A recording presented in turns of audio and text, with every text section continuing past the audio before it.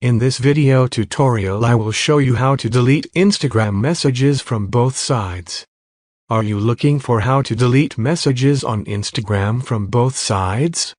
If yes, then stay tuned because, in this video, I will explain how to clear chats on Instagram from both sides easily. First, open your Instagram app. Go to your messages.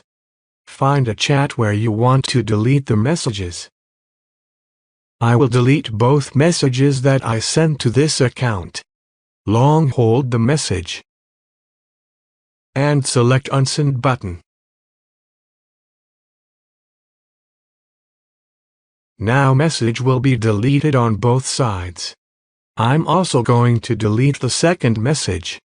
Now I am going to switch to my other account.